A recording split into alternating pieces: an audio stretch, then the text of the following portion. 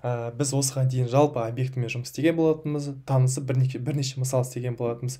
Бұл жолы біз объектілермен жақынырақ танысамыз, яғни оның табиғатымен танысамыз. Айнымалылар, негізі JavaScript тілінде айнымалылар екі топқа бөлінеді. Бірінші топ ол қарапайым айнымалының типі дейді. Примитивный тип данных.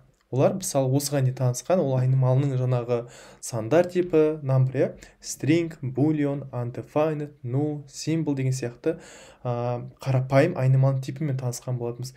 Енді бізде мына жақта екінші жағында екінші группа бар. Олар күрделі айнымалының типі деп атасақ болады. Бұларды ссылочный тип данных деп атайды. Сілтемелі айнымалының типі.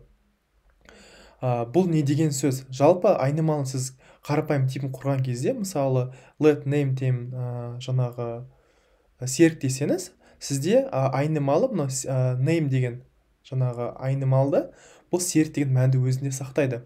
Ал енді объектіні құрған кезде немесе массивті құрған кезде ол сол мәнді өзіне сақтамайды. Ол сол мәнге апаратын жолды сақтайды, яғни ссылкасын сақтайды, яғни сілтемесін сақтайды. Қараңыздар достар, бұны біз қазір кодта көрсетеміз. Бұл табиғат, яғни массивте бар, және объектіде бар. Қараңыздар, let person дедік та, мысалы name тен серік дедік, және екінші адамды сақтайтын болсақ, let person 2 деп қойайық. Бұл person 1-ге тең. Қараңыздар достар, біз дәл қазір екі айнымалыны, екі объектіні құрдық. Бірінші объектіні person, оның ішінде мынандай бір өзінің мәні бар, яғни сипаты бар, name. Және екінші объектіні соған теңестіріп қойдық. Енді біз қандай да айнымал, яғни объектіні өзгертетін болсақ, мысалы ретінде person жаңағы name, мысалы Ахмет деп қойайық, және console logқа екеуін тексеретін болсақ, person 1 ол не кетен мәні, және console log person 2 person 2. Қарап тұрсаңыздар достар, біз тек қана бірінші объектінің мәнін өзгерттік. Name деген айнымалысын өзгерттік.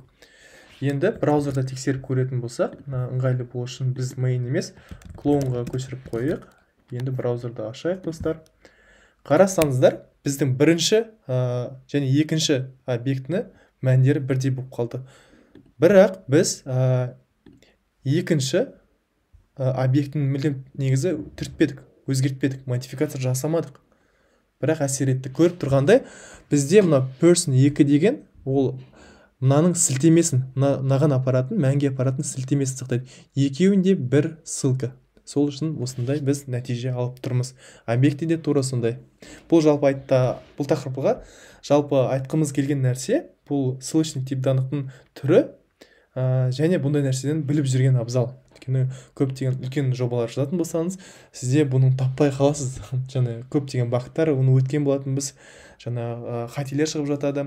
Оның мәні, өйткені сіз барлығыңыз переменіңіз, жаңа айнымалыңыз, сіздің барлығы бір жерге, бір сілтемеге көрсетіп тұрғандықтан осындай қате болды.